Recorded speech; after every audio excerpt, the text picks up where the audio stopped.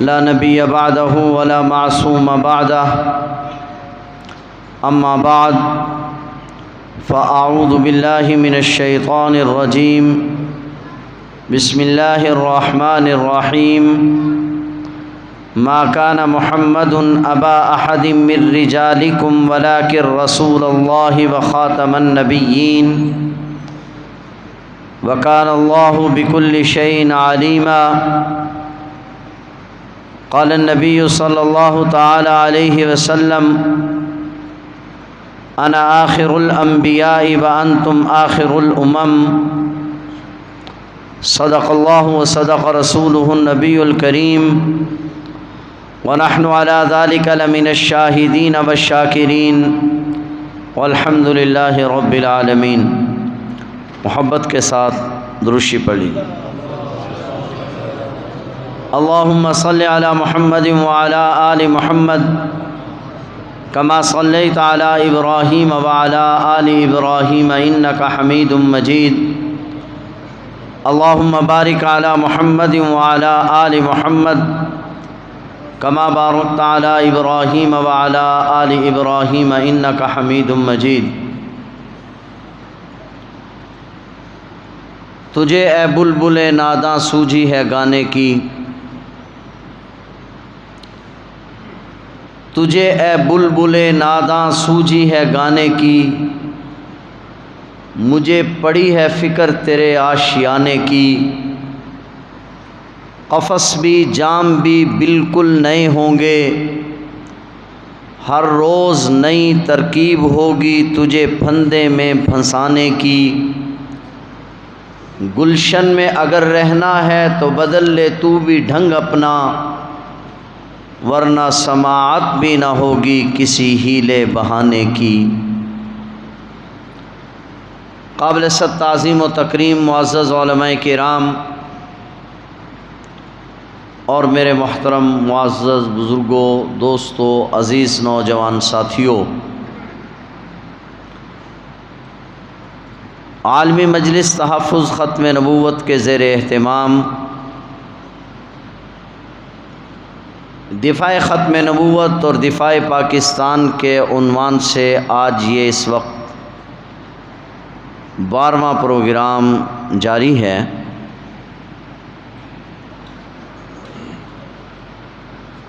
اس وقت میں نے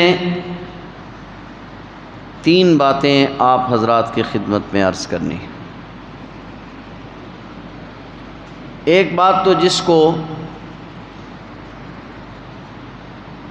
ہمارے صدر محترم عالمی مجلس تحفظ ختم نبوت پروفیسر عاصم اشتیاق صاحب دامت برکاتہم نے شروع کیا، اس کی تھوڑی تکمیل کروں گا، لیکن اس کے لیے مجھے ایک تمہید کا سہارا لینا ہوگا تاکہ بات سمجھ میں آ سکے۔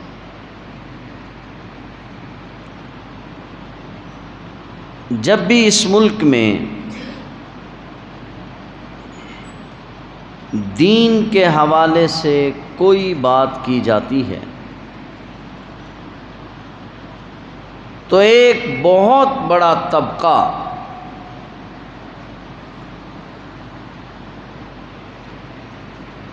ان کے دل و دماغ میں ایک ہی بات ہوتی ہے اور وہ اس کو زبان پر لائے بغیر رہ نہیں سکتے کہ اس ملک کو سب سے زیادہ نقصان فرقہ واریت نے پہنچایا ہے۔ بہت ٹھنڈے دل سے میری بات سمجھیں گے۔ اس ملک کو سب سے زیادہ نقصان فرقہ واریت نے پہنچایا۔ اس ملک کا سب سے بڑا مسئلہ فرقہ واریت ہے،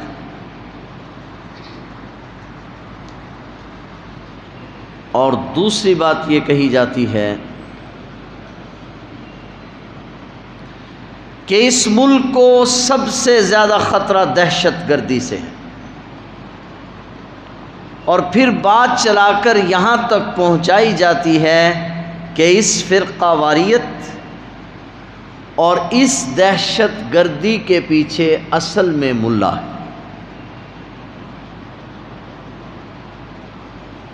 اور اس سارے تانے بانے کا مقصد قادیانیت کا تحفظ ہے۔ میں ایک دعویٰ کرتا ہوں،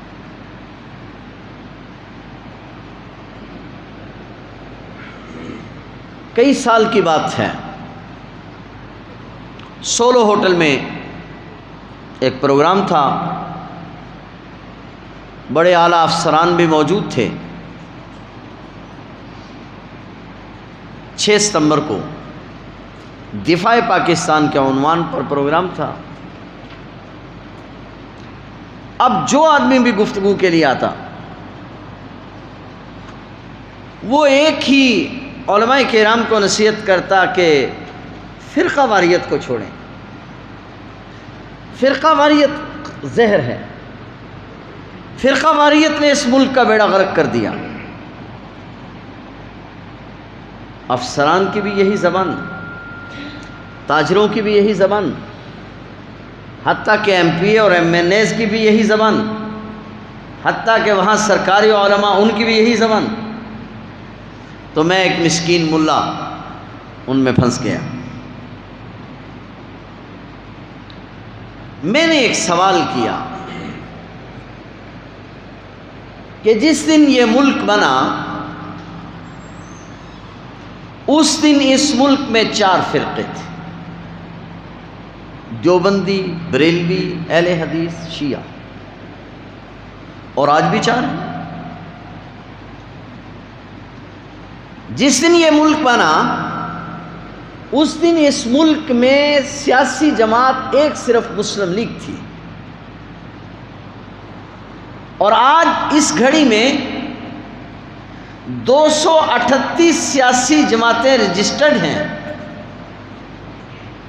تو یہاں سیاسی فرقہ واریت زیادہ ہے یا مذہبی فرقہ واریت زیادہ ہے؟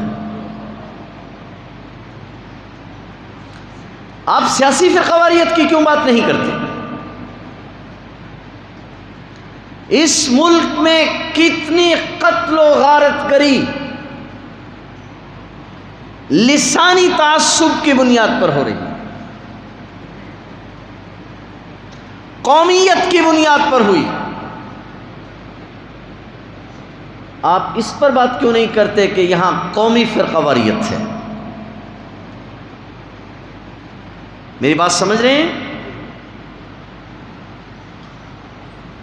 تو جب میں نے یہ بات کی تب ہوا کا رخ بدلا۔ میں نے کہا فرقہ واریت پر ہم لعنت بھیجتے ہیں، جو فرقہ واریت پھیلاتے ہیں، مگر تلاش یہ کرنا ہوگا کہ کون پھیلاتے ہیں۔ آج یہاں بھی یہی بات کہنا چاہتا ہوں کہ فرقہ واریت اور دہشت گردی اس ملک میں قادیانیوں نے پھیلائی، یہ میرا دعویٰ۔ اللہ کے فضل و احسان سے میں اپنے دعوے پر پہاڑ سے زیادہ ٹھوس اور وزنی دلائل رکھتا ہوں، اور دلائل کی دنیا میں بات کرنے کے عادی۔ آن دی ریکارڈ بات کروں گا، آف دی ریکارڈ کوئی بات نہیں کروں گا۔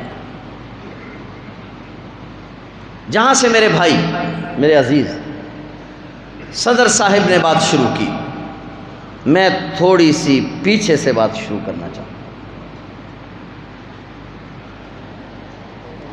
جس منحوس وزیر خارجہ کا ہمارے صدر محترم ذکر کر رہے تھے، گورنمنٹ آف پاکستان کے آفیشیل پیج پر جو بات لگی ہے، آپ کسی کے علم میں ہے؟ گورنمنٹ آف پاکستان کے آفیشیل پیج پر یہ مطالبہ کیا گیا ہے کہ پاکستان کے پہلے وزیر خارجہ ظفر اللہ خان، اس نے قرارداد پاکستان پیش کی ہے، اس وہ قرارداد پاکستان کی بنیاد ہے، لہذا ظفر اللہ خان کو اس بنیاد پر پاکستان کا ہیرو قرار دیا جائے کہ اس نے قرارداد پاکستان یعنی قرارداد مقاصد پیش کی ہے۔ یہ حکومت پاکستان کے آفیشیل پیج پر اس وقت بھی خبر موجود ہے۔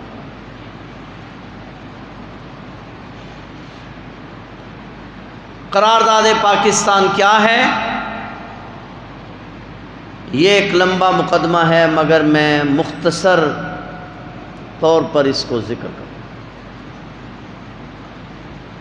قرارداد مقاصد یا قرارداد پاکستان ایک ہی مطلب ہے دونوں۔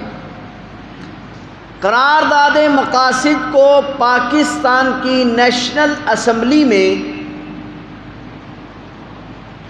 1949 میں بانی پاکستان کے پہلے گورنر جنرل قائد اعظم محمد علی جناح نے منظور کرایا ہے۔ یہ وہ قرارداد ہے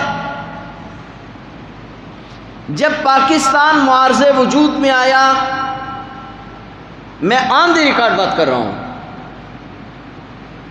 شیخ الاسلام مفتی محمد تقی عثمانی صاحب دامت برکاتہم کے والد ماجد مفتی اعظم پاکستان مفتی محمد شفیع صاحب رحمہ اللہ تعالی،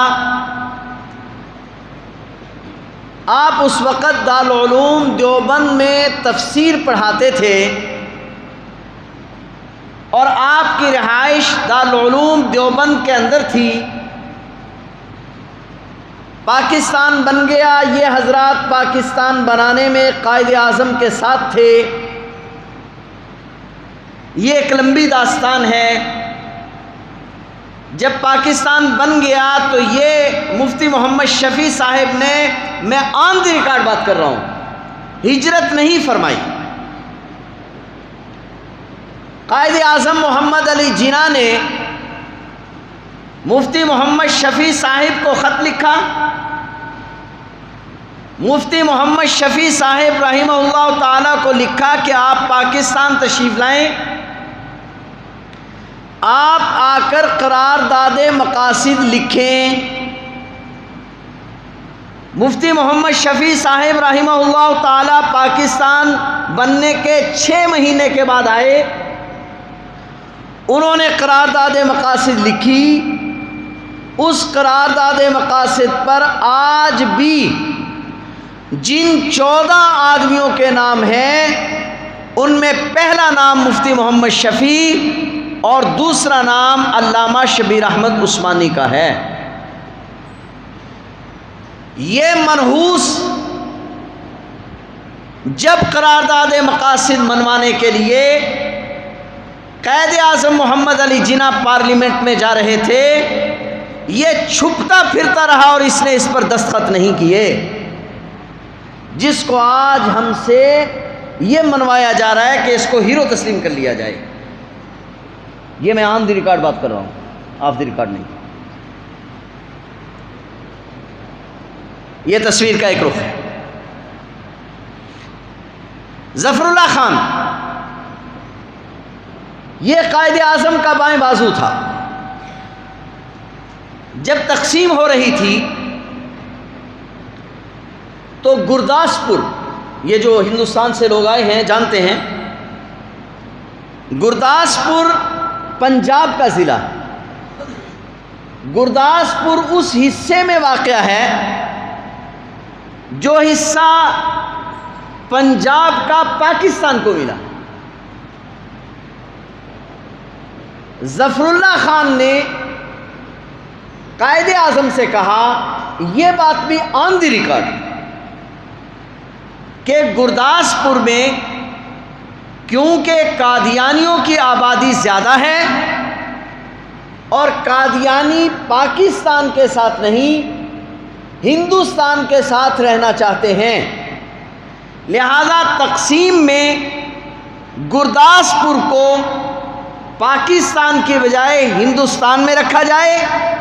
چنانچہ ظفر اللہ کے مطالبے پر گرداسپور کو پاکستان کی بجائے ہندوستان میں رکھا گیا۔ گرداسپور پاکستان کا ضلع نہیں بن سکا، تقسیم ہو گئی۔ 14 اگست 1947 کو پاکستان مارز وجود میں آ گیا۔ گرداسپور ہندوستان کے ساتھ چلا گیا۔ گرداسپور سے ایک ہی زمینی راستہ تھا جو کشمیر کو جاتا تھا، اور یہ سارا پروپیگنڈا اور سارا پروگرام اس راستے کے لیے بنایا گیا۔ چنانچہ گرداسپور سے صرف 2 مہینے کے بعد 27 اکتوبر 1947 کو انڈین آرمی اس زمینی راستے کے ذریعے کشمیر میں داخل ہو گئی، اور وہ ملا، وہ داڑھی والا، وہ پگڑی والا جسے آج غدار سمجھا جاتا ہے، وہ میدان میں نکلا۔ جہاں تک وہ داڑھی اور پگڑی والا ملا پہنچ گیا وہ آج آزاد کشمیر کہلاتا ہے، اور جہاں وہ ملا نہیں جا سکا وہ آج مقبوضہ کشمیر کہلاتا ہے۔ یہ کشمیر کی جنگ جو ہماری آرمی، جس پر آج تک ہمارے لاکھوں جوان شہید ہو چکے، ہماری آرمی 62-72 سال سے کشمیر کی جو جنگ لڑ رہی ہے، اس کشمیر پر قبضہ کرانے والا وہ غدار اعظم ظفر اللہ خان تھا، جس نے گرداسپور کو ہندوستان کے ساتھ جوڑا۔ میں آن دی ریکارڈ بات کر رہا ہوں، اپنے ایک ایک لفظ کا ذمہ دار۔ اب آ گیا بانی پاکستان کا جنازہ، اس کو بھی ذرا کھولنا چاہتا ہوں۔ قائد اعظم محمد علی جناح نے، میں بتلانا چاہتا ہوں غدار کون ہے۔ پاکستان جب معارض وجود میں آیا 14 اگست 1947 کو پاکستان کا پہلا پرچم کراچی میں، اور 15 اگست کو پاکستان کا دوسرا پرچم ڈھاکہ میں۔ پہلا پرچم کراچی میں علامہ شبیر احمد عثمانی سے قائد اعظم محمد علی جناح نے لہروایا، اور دوسرا پرچم ڈھاکہ میں علامہ ظفر احمد عثمانی سے قائد اعظم محمد علی جناح نے لہروایا۔ اور آن دی ریکارڈ بات کر رہا ہوں، میرے پاس خط موجود ہے، تحریر موجود ہے، جس میں لیاقت علی خان نے، پاکستان کے پہلے وزیر اعظم جناب لیاقت علی خان نے کہا، اگر ہمارے ساتھ علامہ شبیر احمد عثمانی اور علامہ ظفر احمد عثمانی نہ ہوتے تو ہم سلہٹ کا الیکشن بھی ہار جاتے، اور سرحد کا الیکشن بھی ہار جاتے، اور پاکستان مارز وجود میں نہ آ سکتا۔ یہ علامہ شبیر احمد عثمانی وہ ہے جو دارالعلوم دیوبند کے شیخ التفسیر ہیں، حکیم الامت مجدد الملت مولانا اشرف علی تھانوی رحمۃ اللہ علیہ، جن کے بارے میں گورنر جنرل پاکستان، بانی پاکستان قائد اعظم محمد علی جناح سے جب کسی نے کہا کہ علماء آپ کے ساتھ نہیں ہیں، تو قائد اعظم محمد علی جناح نے کہا میرے ساتھ ہندوستان کا اتنا بڑا عالم ہے کہ اگر ہندوستان کے تمام علماء کو ترازو کے ایک پلڑے میں رکھ دیا جائے اور اس عالم دین مراد حکیم الامت مجدد الملت مولانا اشرف علی تھانوی کو ایک پلڑے میں رکھ دیا جائے تو وہ پلڑا بھاری ہو جائے۔ یہ قائد اعظم نے کہا، میں نہیں کہہ رہا۔ علامہ شبیر احمد عثمانی رحمہ اللہ تعالی دارالعلوم دیوبند کا مسند تفسیر چھوڑ کر سرحد کا الیکشن لڑنے کے لیے گئے۔ علامہ ظفر احمد عثمانی خان کا تھانہ بھون کے خان کا چھوڑ کر 6 مہینے سلہٹ میں رہے اور الیکشن لڑا، جس کی بنیاد پر سلہٹ اور سرحد آپ کے پاکستان کے ساتھ ملی، اور سلہٹ کا الیکشن آپ جیتے، جس کی وجہ سے آپ کے حق میں فیصلہ ہو۔ میں بتلانا چاہتا ہوں غدار کون. بانی پاکستان نے اپنے مرنے سے پہلے وصیت کی میرا جنازہ علامہ شبیر احمد عثمانی پڑھائے. چنانچہ علامہ شبیر احمد عثمانی جنازہ پڑھانے کے لیے آگے تشریف لائے. ظفر اللہ قادیانی اور ایک عیسائی وزیر دونوں جنازے سے نکل کر چلے. جنازہ ہو گیا. جنازے کے بعد ظفر اللہ کو صحافیوں نے گھیر لی. جناب آپ وزیر خارجہ ہیں, آپ نے بانی پاکستان کا جنازہ نہیں پڑھا. میری بات اگر آپ کو یاد ہے, میں نے بات یہاں سے شروع کی ہے, فرقہ واریت کس نے پھیلائی؟ دیوبندی, بریلوی, اہل حدیث, شیعہ. میں بڑی ذمہ داری سے بات کر رہا ہوں. علامہ شبیر احمد عثمانی کے پیچھے جنازہ پڑھ رہے تھے اور بانی پاکستان کا جنازہ ہو رہا تھا, مگر یہ غدار جنازہ چھوڑ کر چلا گیا.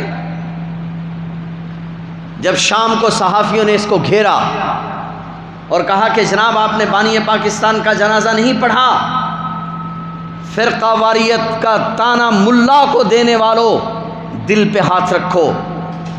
اس نے کہا اگر یہ ملک مسلمانوں کا ہے تو مجھے مسلمان مملکت کا کافر وزیر خارجہ سمجھ لیا جائے, اور اگر میں مسلمان ہوں تو پھر مجھے کافر مملکت کا مسلمان وزیر خارجہ سمجھ. یعنی دو باتوں میں سے ایک ہے, اگر یہ مسلمان ہیں پھر میں کافر ہوں, اور اگر میں مسلمان ہوں پھر یہ کافر ہیں. تو کافر کا پہلا نعرہ, فرقہ واریت کا پہلا نعرہ تم نے لگایا, ہم نے نہیں لگایا. میری بات سمجھ رہے ہیں یا نہیں سمجھ رہے؟ پاکستان کا پہلا قتل, پاکستان کا پہلا بڑا قتل, پاکستان کے پہلے وزیر اعظم جناب لیاقت علی خان کا قتل ہے. میں بہت ذمہ داری سے بات کر رہا ہوں. پاکستان کا پہلا بڑا قتل وزیر اعظم پاکستان لیاقت علی خان کا قتل ہے.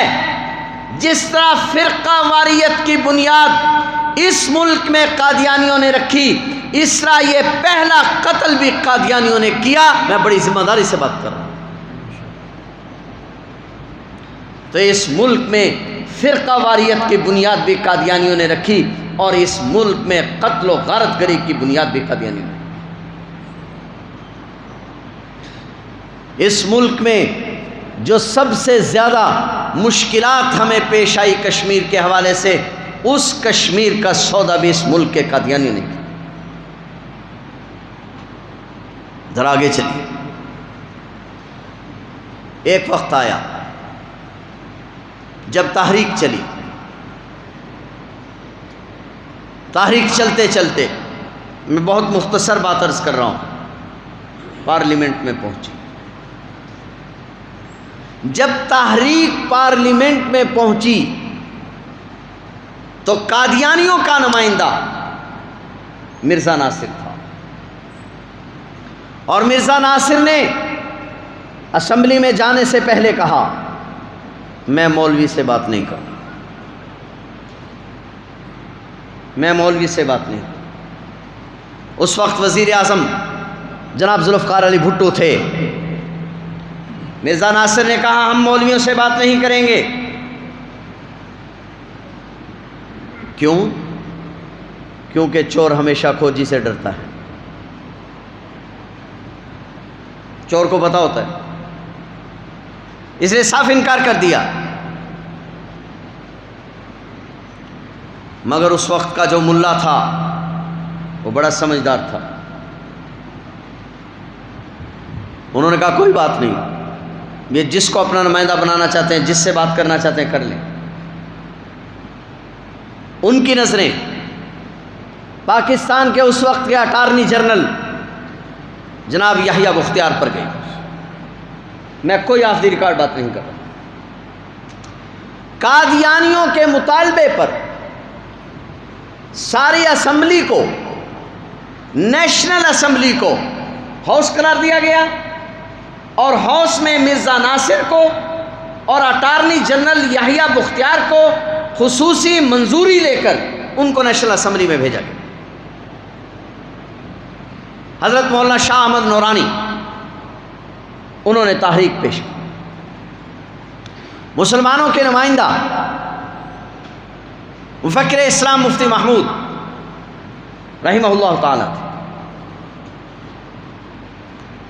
13 دن بحث جاری رہی. میں بحث کو نہیں چھیڑ رہا. یحییٰ بختیار سے مرزا ناصر بات کرتا تھا،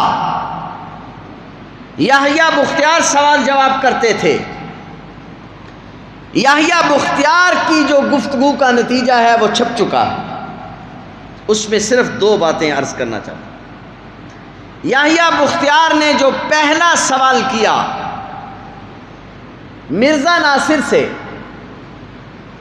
وہ پہلا سوال یہ تھا کہ جناب آپ کا موقف یہ ہے کہ ہم میں اور ان میں کوئی اختلاف نہیں ہے، یہ مولویوں کی پھیلائی ہوئی جنگ ہے. اگر یہ مولویوں کی پھیلائی ہوئی جنگ ہے تو پھر بتلایا جائے کہ آپ یہاں کس لیے آئے. آخر کوئی تو اختلاف آپ کے اور ان کے درمیان میں ہے جس کی وجہ سے آج نیشنل اسمبلی میں بحث کی ضرورت پیش آئی.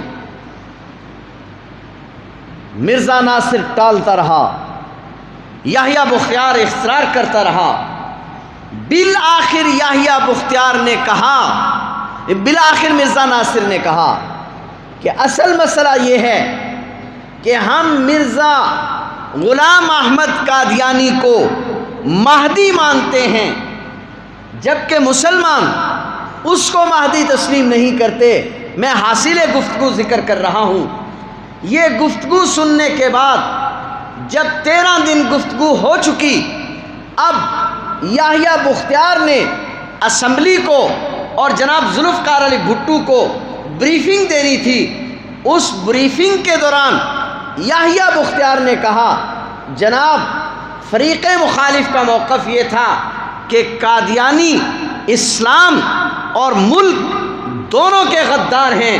اس اسمبلی نے اس تمام بحث کو سنا ہے. ہم اس بحث کو سننے کے بعد اس نتیجے پر پہنچے ہیں کہ مولانا شاہ احمد نورانی نے یہ کہا کہ مرزا غلام احمد قادیانی نے ختم نبوت کے خلاف نبوت کا دعویٰ کیا ہے اور یہ کہا ہے کہ میں نبی ہوں. مرزا ناصر نے اس کا انکار کیا، مگر دلائل سے یہ بات ثابت ہو گئی کہ مولانا شاہ احمد نورانی کی بات درست تھی. مفتی محمود نے اس پر دلائل پیش کیے اور مرزا ناصر اپنی بات میں جھوٹا تھا. مرزا غلام احمد قادیانی نے واقعی نبوت کا دعویٰ کیا. جناب اس تحریک میں دوسری بات یہ تھی کہ قادیانی ملک کے غدار ہیں، قادیانی اسلام کے غدار ہیں. جناب میری بات نہیں ہے، یحییٰ بختیار بریفنگ دے رہے ہیں پاکستان کی نیشنل اسمبلی کے اندر کہ جناب دلائل سے یہ بات ثابت ہو چکی کہ قادیانی ملک و ملت دونوں کے غدار ہیں. میری بات سمجھ رہے ہیں آپ؟ اس گفتگو کے بعد پاکستان کی نیشنل اسمبلی قادیانیوں کو غیر مسلم اقلیت قرار دیتی ہے. بہت توجہ سے میری بات سمجھیں. کیا قرار دیتی ہے؟ بولو بولو ذرا. آپ کے چاروں ہائی کورٹ، پنجاب، سندھ، بلوچستان، کے پی کے، آپ کے چاروں ہائی کورٹ، آپ کی سپریم کورٹ قادیانیوں کو غیر مسلم اقلیت قرار دے چکی. آپ کی پارلیمنٹ قادیانیوں کو غیر مسلم اقلیت قرار دے چکی، مگر آج اس وقت تک کسی قادیانی نے آپ کی پارلیمنٹ، آپ کے ہائی کورٹ، آپ کے سپریم کورٹ کے اس فیصلے کو تسلیم نہیں کیا ہے۔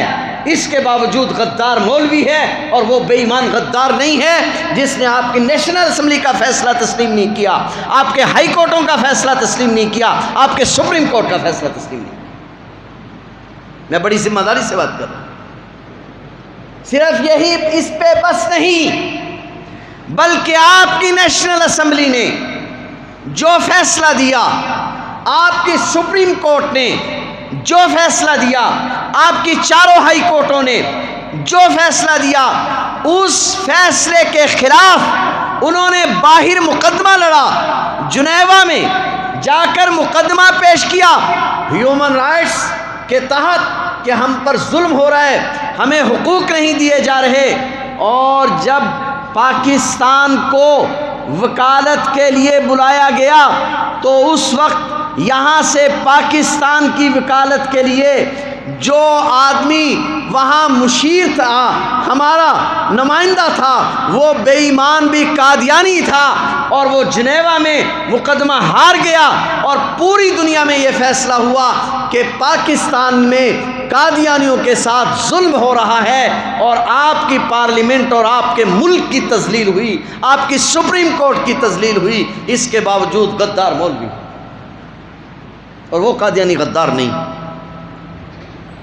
اگر ایک جج کے فیصلے کے خلاف کوئی ملا بات کرتا ہے تو اس پر عدالت حرکت میں آتی ہے، یہ آپ کی سپریم کورٹ کے خلاف مقدمہ لڑا جا رہا ہے، اور عدالت کی توہین نہیں ہوئی۔ میری بات کچھ آپ سمجھ رہے ہیں؟ اس پر بس نہیں، آج تک، آج کی اس گھڑی تک آپ کو معلوم ہے یہ سلسلہ چلتا رہا۔ 1984 میں جنرل ضیاء الحق مرحوم نے امتناع قادیانیت آرڈیننس کے تحت قادیانیوں پر پابندی عائد کی کہ قادیانی اپنی عبادت گاہ کو مسجد نہیں کہیں گے، اپنی کتاب کو قرآن نہیں کہیں گے، اپنے آپ کو احمدی نہیں کہلائیں گے۔ 1984 سے لے کر آج کے دن تک اس آرڈیننس کو تسلیم نہیں کیا گیا، مگر اس کے باوجود آج ان پر کوئی مقدمہ نہیں۔ میری بات سمجھ رہے ہیں؟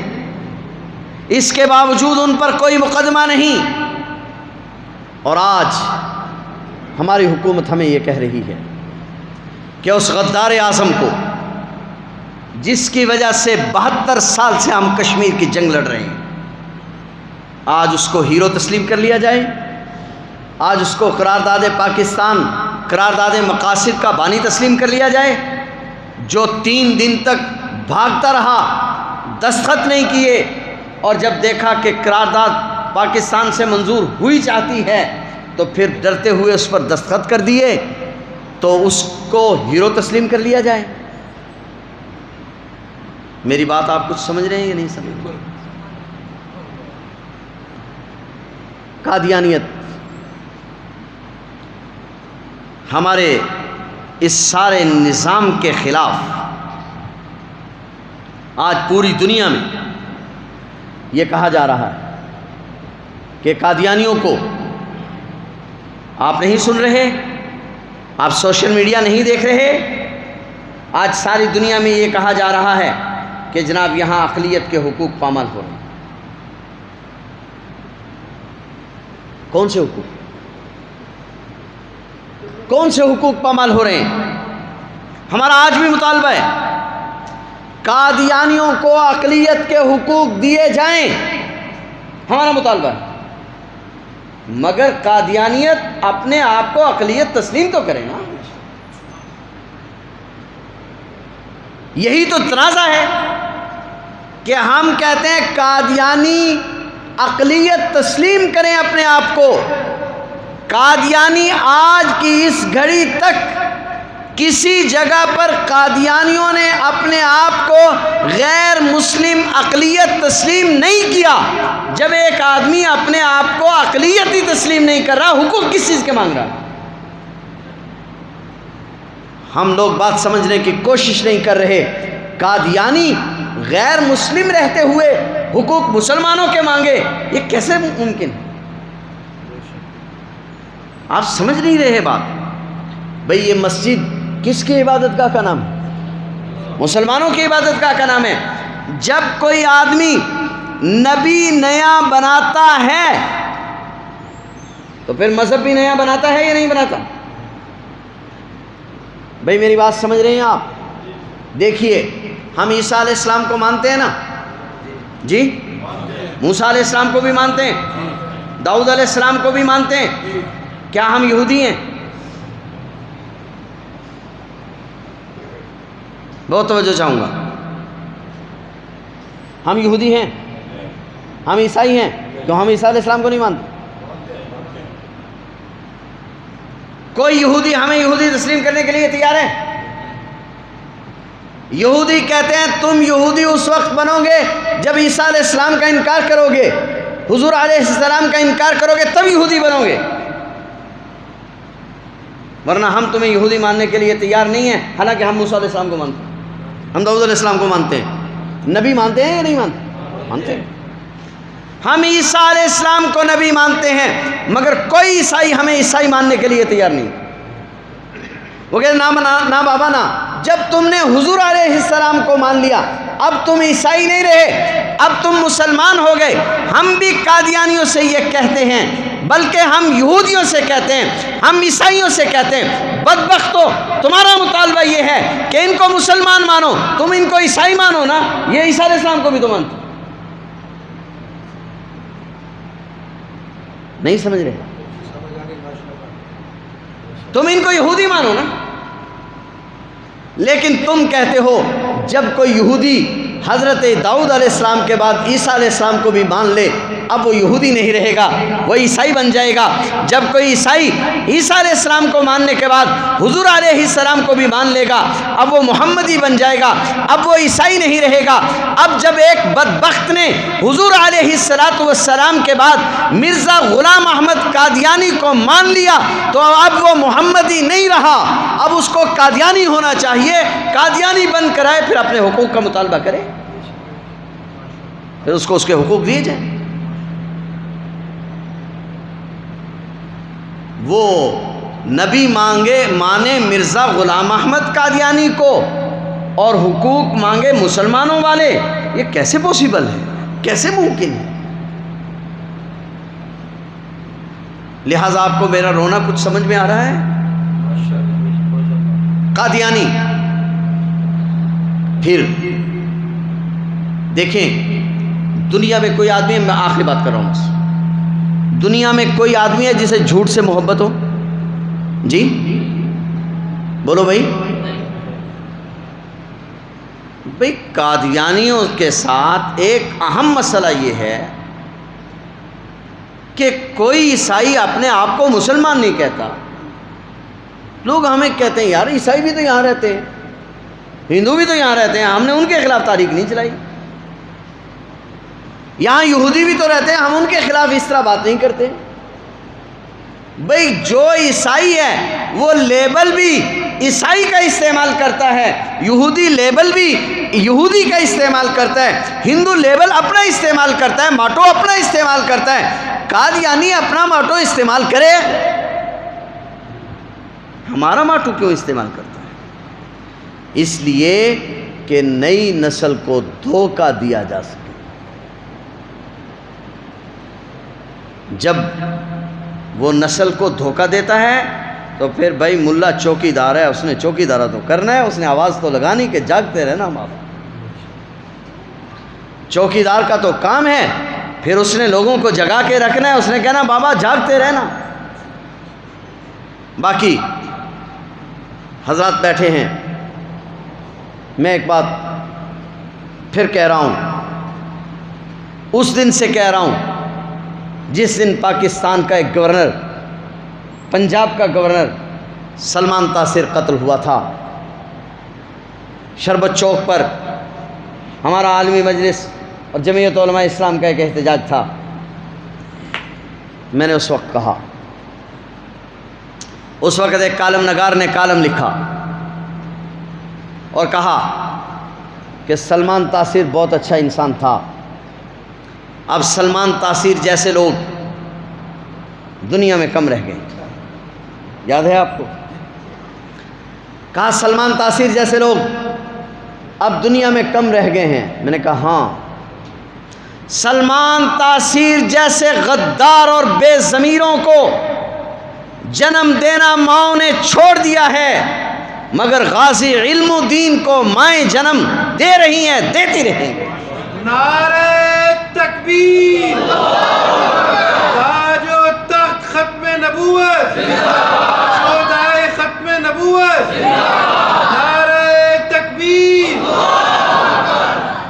میں ایک بات ہر جگہ کہتا ہوں، یہاں بھی کہہ رہا ہوں، اور بڑی ذمہ داری اور دیانتداری کے ساتھ کہہ رہا ہوں۔